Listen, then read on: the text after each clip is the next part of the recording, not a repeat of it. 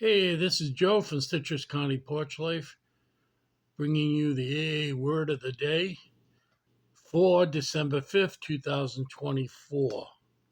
And the word of the day is a new state of consciousness. And this is the quote: He has been granted a gift which amounts to a new state of consciousness and being.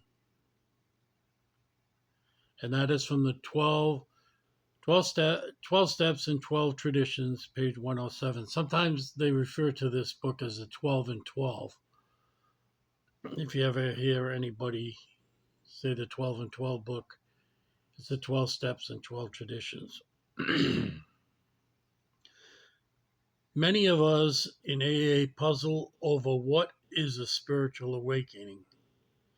I tended to look for a miracle, something dramatic and earth shattering.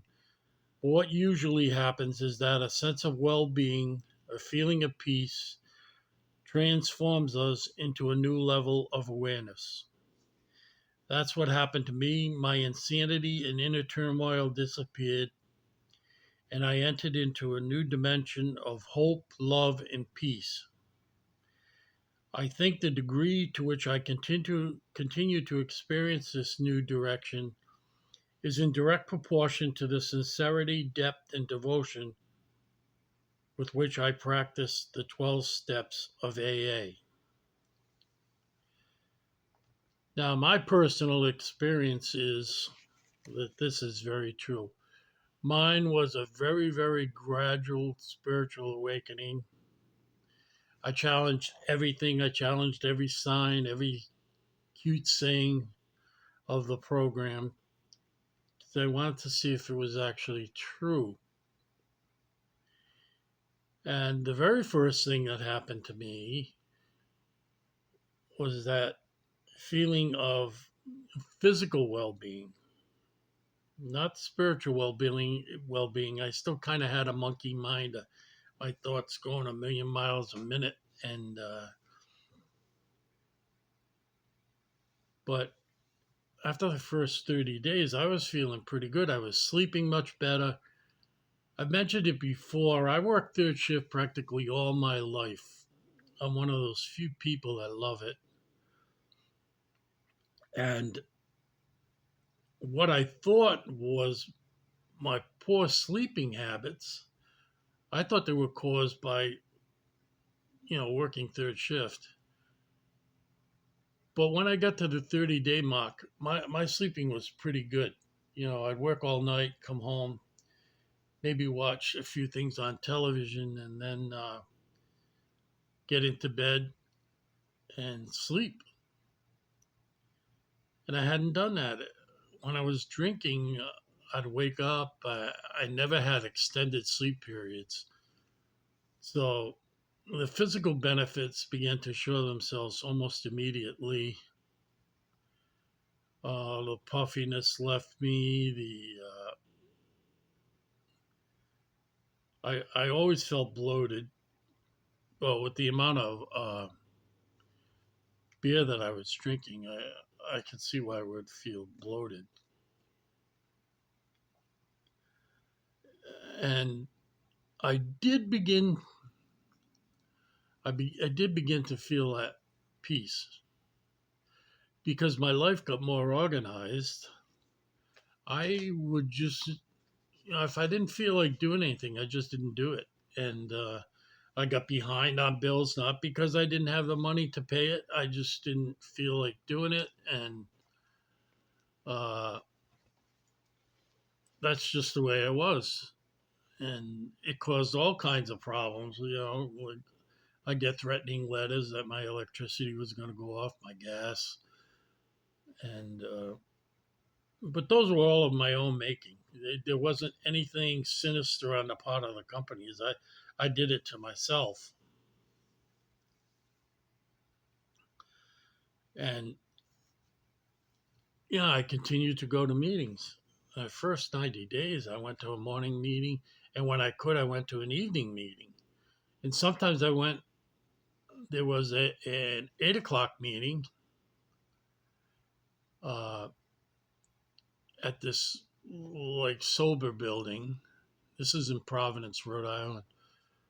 And then at 10 o'clock at the Salvation Army, they had a meeting there. So I would go to the 8 o'clock meeting.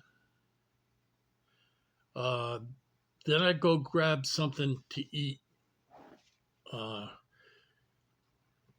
sit in my car, listen to the radio, and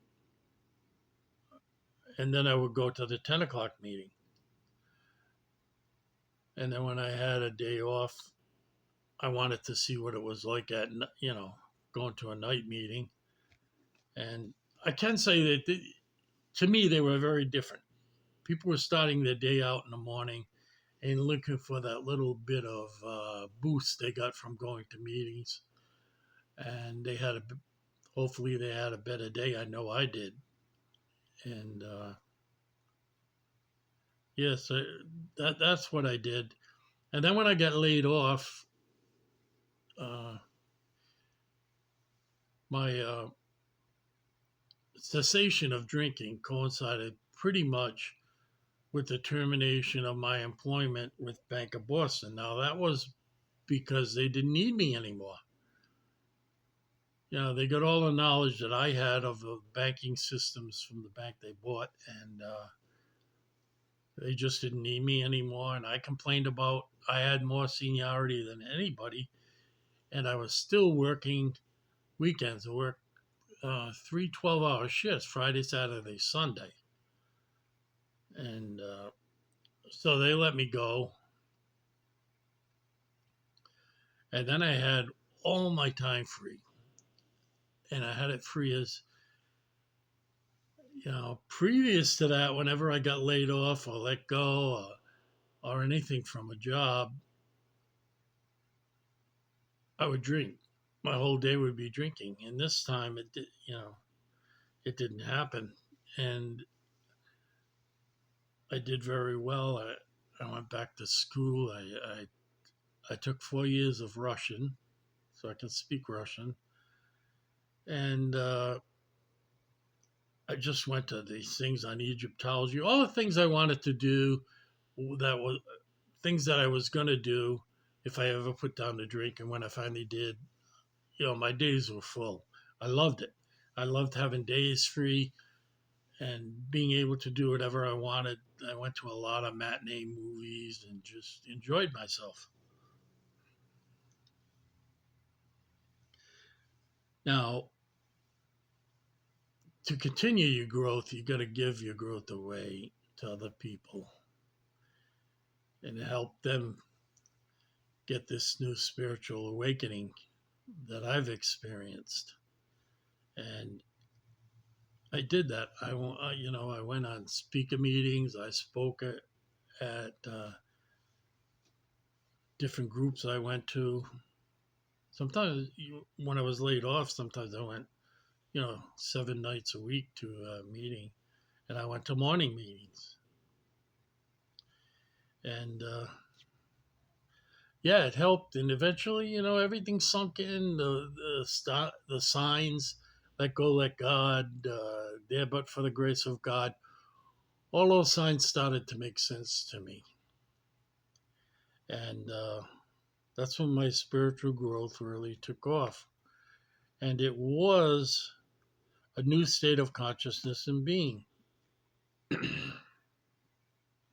I couldn't put it into words then, but the consciousness, new state of consciousness and being had to do with unity with other alcoholics in the mission of AA, and